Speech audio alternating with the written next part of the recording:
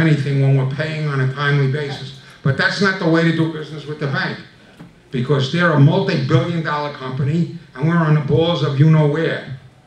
That's the first thing, and I think the board has to get into action immediately on this and stop worrying. Not that I'm not worried about things going on in buildings. The other thing, which is of supreme importance, is we've got to work on the reserves. I spoke to Maureen after I spoke to Terry. She put through a letter, and I think Francis got a copy, because 9 out of 10 people don't even know they're supposed to be voting on the reserves. We got to move on this and move quickly. This is the worst I've seen it. I don't think we've ever been this far down the road into May without voting. Normally we vote against the reserves, but that's okay. Either way you want to vote, you got to get this done, or else the bank is going to go after us on that also. We can't just sit on these things.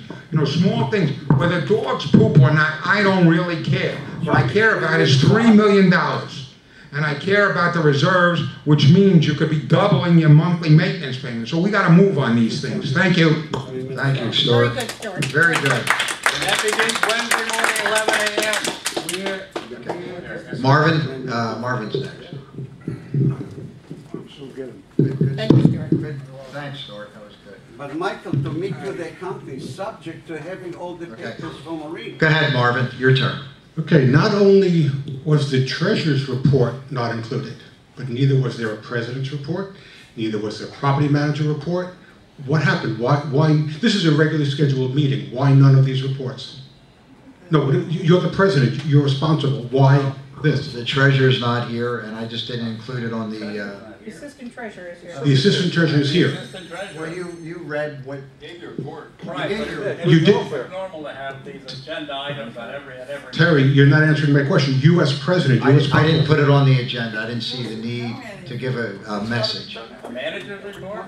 She can give a... Should be standard on the agenda. Again, it's standard operating procedure to have a president's report, a treasurer's report, a property manager. I sent the agenda out to all the board members 2 weeks ago. No one said anything. They were all satisfied with it. No one said a word to me. So everybody here liked the agenda. You did not respond. You said... I couldn't even open your email that you sent me with the agenda. Bottom line is, first, we all agreed on the agenda. I'm talking. No one had... Okay. I didn't include it. I didn't see the need for it. That's the answer.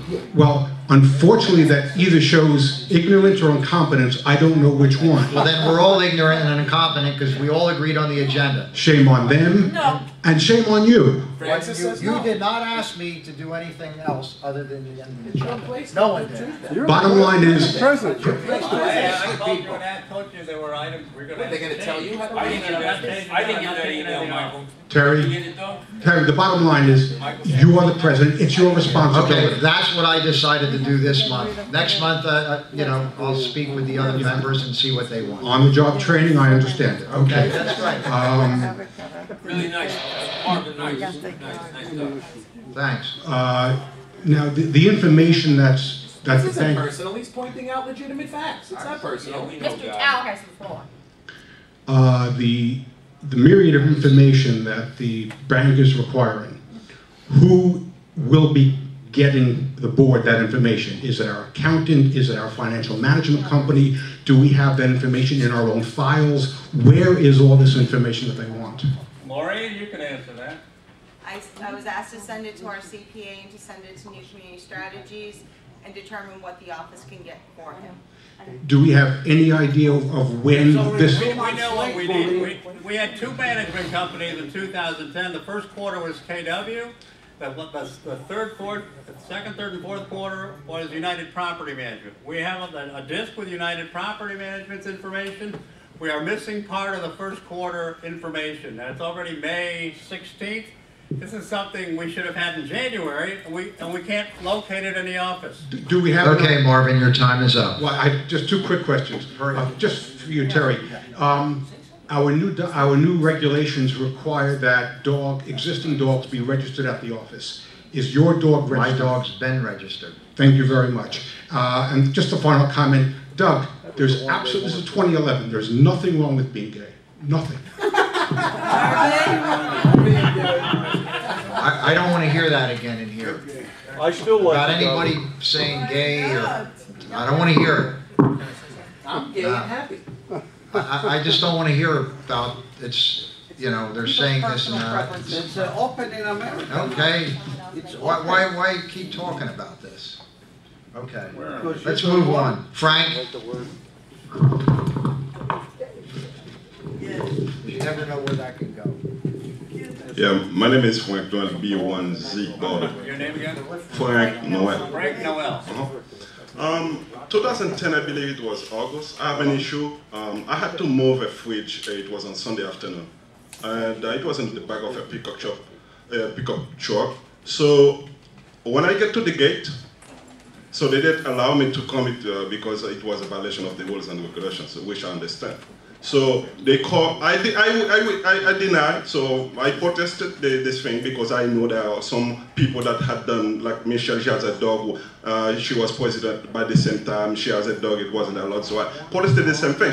If she can do it, so I can do the same thing. She broke the rule. I can break the rule as well. So they called the police. The police came and they didn't arrest me. But you know, the funny thing is, I have a Mr. Olsen. I have nothing against Mr. Olsen. I don't know if he's here.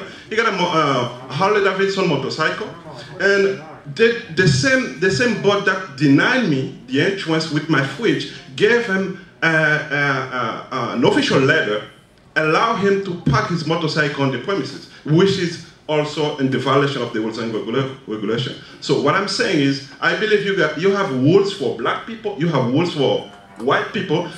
The only difference, sir, is I'm black, Mr. Olson is white. That's the only difference, because we both broke the rules. Frank, in all due respect, I don't believe it's discriminatory. No. So what it is, sir? It's selective. Hey, I ask more way. Selective And I take offense to that, and I'll say this publicly. Okay, my father is black. He's from Africa, so I'm not prejudiced. This is, sir. This is now what I'm saying. I'm saying why Mr. Olson has an official letter allow him to park his motorcycle when I was denied, and they even called the police for me. They called the police. They called Michelle to allow me to come. They denied. They called the police. The Lauderdale police come and actually escort me out with the fridge. It was raining. So you allow him with a letter from the administration. What it is? What it is? It's selective enforcement. Sir, I have to sue the board for discrimination. Which I have to do.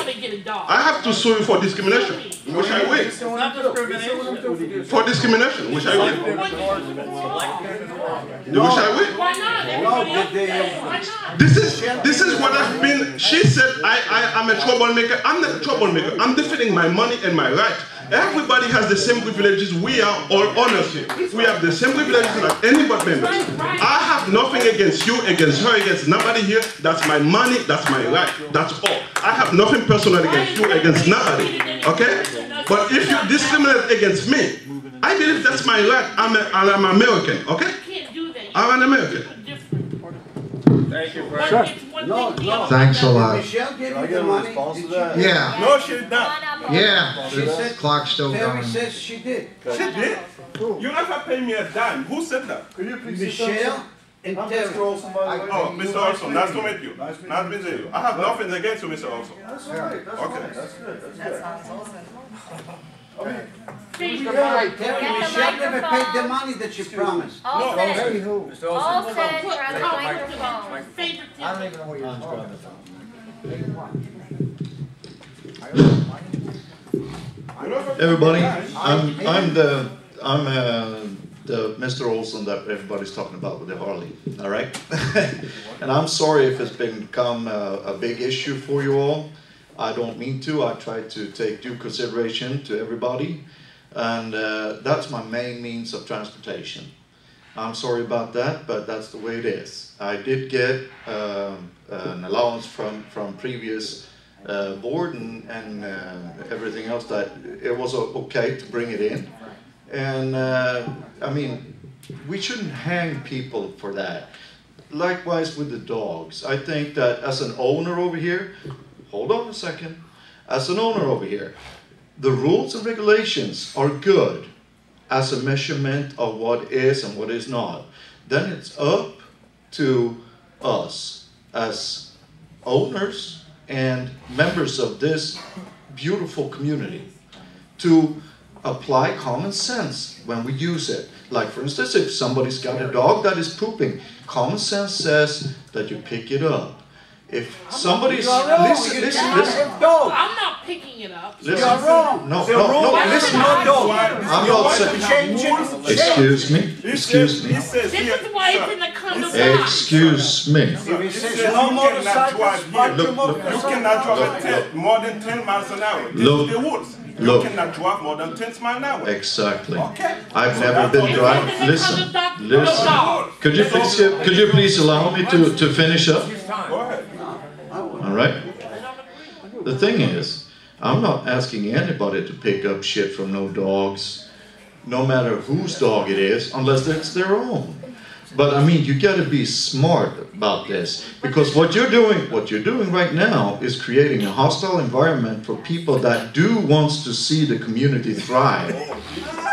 What does it have to do with dogs? The thing is, What does it have to do with dogs? I'll come to that, sir. I'll come to that, sir. But can I get to answer that? Can I get to answer that? The thing is, if I'm driving my Harley at 25 miles an hour, that would be a big problem. I agree with that, really do.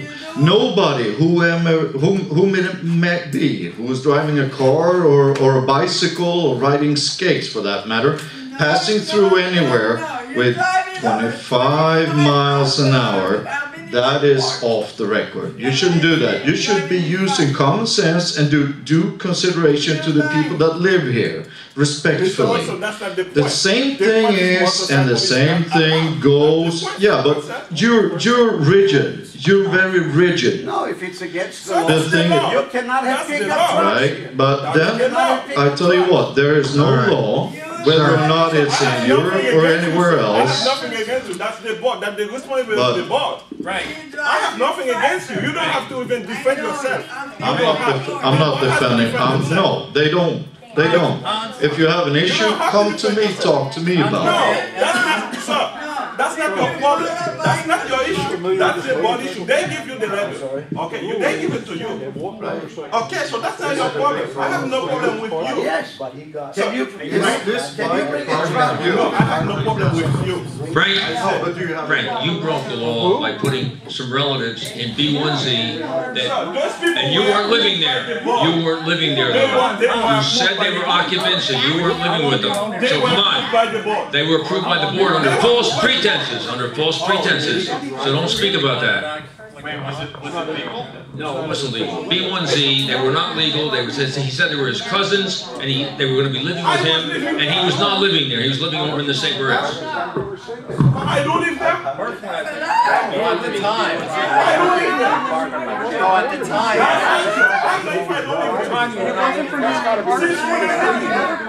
All right, let's move on.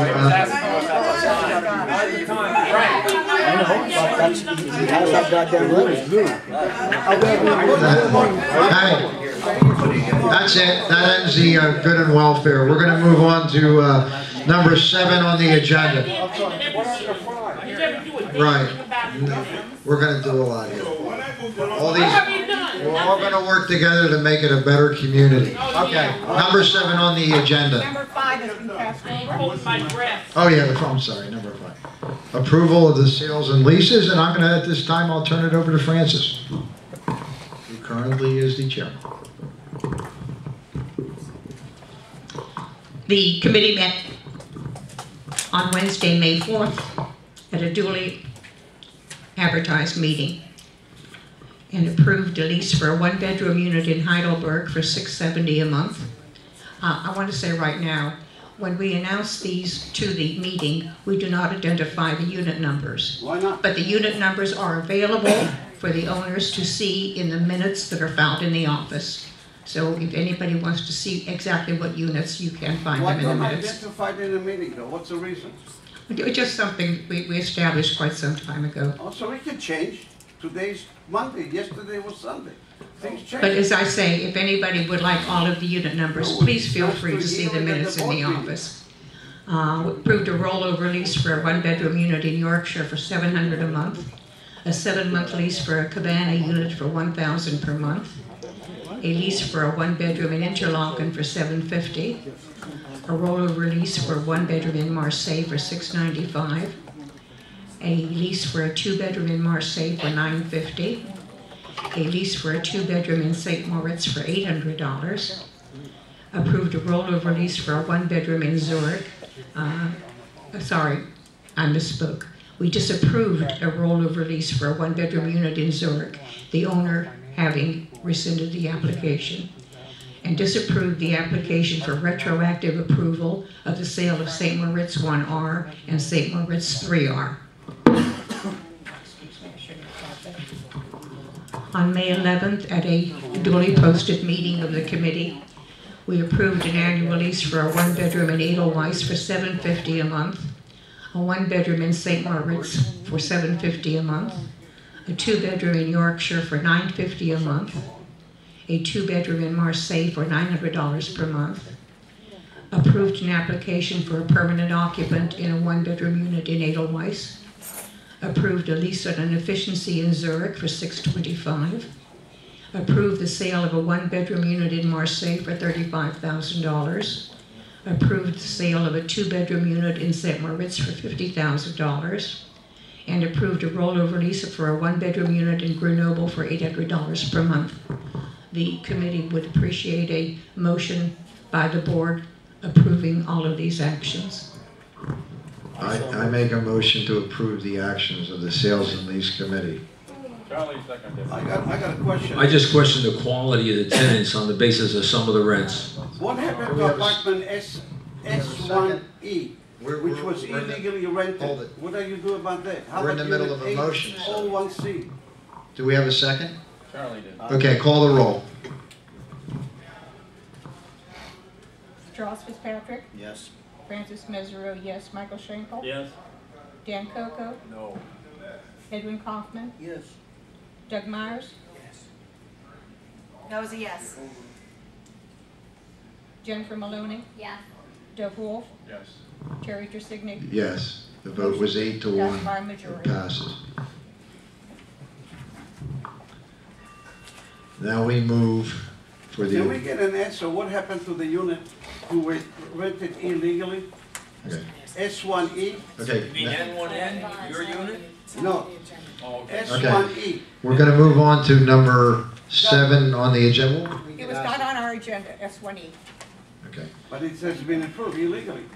okay. So was your unit N1N? Let's move on. You're right.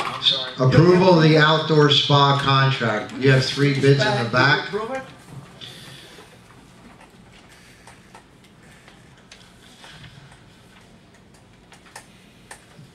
On this, the aquatic lifestyles for the concrete, that was the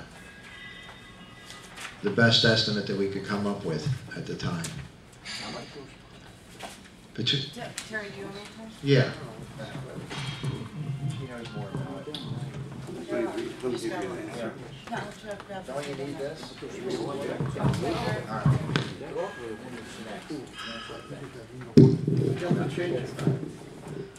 It was asked of me to get 3 quotes for the outdoor spa. We're still working on engineered drawings. The people had come out here, they looked at the outdoor spa.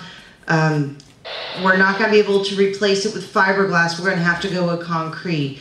The only Florida-approved fiberglass spa there is more than 10% bigger than what we have that would put everything else out of code. So we are going to get a concrete spa. It won't be in the same exact spot because it's a little bit precarious location. It'll have to be put on a flatter surface. We have 3 bids. All of them are just kind of like a price range because we don't know exactly what we're going to need yet. We don't know if we need a new filtration system or not, and I asked them to add that in there. So after meeting with them, we got a bid from Aquatic Lifestyles. His estimate to do a concrete spa is between $43,000 and $48,000.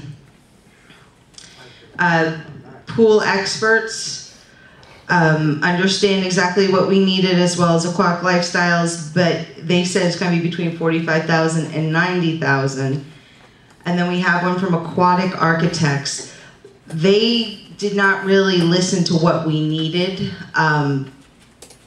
They're doing a concrete spa, but they want to place it exactly where our other spa is, which is not advisable from the engineer. And they had, their cost is $35,014, as well as if they have to add more of a retaining wall for the pavers, that's an extra $6,070. So, and Aquatic Lifestyles is the one right now that's doing the indoor spa. Randy has worked here before on the premises. He actually worked for the village at one point in time, I was told. Knows where all the bodies are buried, so. Marie, may I add a comment? Absolutely. Talking to Randy today, I suggested very strongly to him that his final quotation to us has to be on the low side, meaning the 43,000 and not the 48,000. I thought we got to have a moratorium on spending money. We have, the unfortunate thing, Mr. Weiss, may I speak? Absolutely, Terry, then may I I want to say speak? something. We have a deadline that if we don't fulfill the deadline by July 1st, the spa will be closed. And once it's closed, it may take us months and months and months. Months and months and months to reopen. And we're not quite sure that we want to do that. Isn't it more important to be financially healthy than having a place to go in and be in a spa? Well, for the people that live here, we all want to have an outdoor jacuzzi. It's an amenity enjoyed and loved by just about everybody in this room and everybody in this village that lives here. We enjoy the outdoor jacuzzi, and we don't want to be without an outdoor jacuzzi. There will be none after that. It's an amenity that is really very, very important, Mr. Weiss. Okay. And it's true that if we don't do it at this time, it may take us a long, long time to be able to put it in. And the price for this particular installation, we can't afford to spend the funds for this. And still be frugal while we get our finances in order. One thing that I would like to point out is this is actually the way we did the bidding for the indoor spa, and we had an estimate between, I think, $20,000 and $30,000. Once they got the engineered drawings, the price came down to $14,000. So this is just basically worst case scenario. But once we get the engineered drawings in, I'm sure the price will come down. Excuse me, the permit, does the construction get inspected in steps along the way to make sure? Yes. They have to. And basically, once we have this contract in place, okay, they cannot close down the spa that we have. We can't keep saying that we're going to do it, that we're going to upgrade, we're going to meet the codes, okay? They've given us a whole year already to do it, and we still have nothing. July 1st, that gets closed. There will be no outdoor jacuzzi after that time.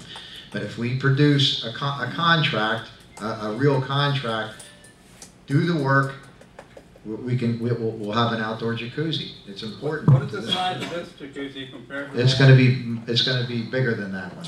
Can you give a diameter? It's going to be like.